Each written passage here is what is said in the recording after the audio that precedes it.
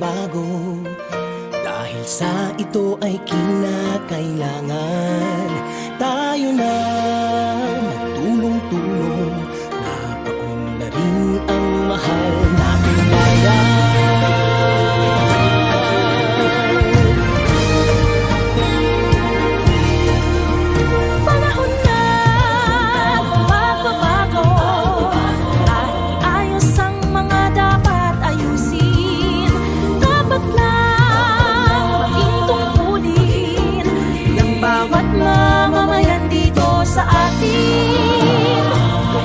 Pagbabago patungo sa pag-asenso, magsikap ng mabuti at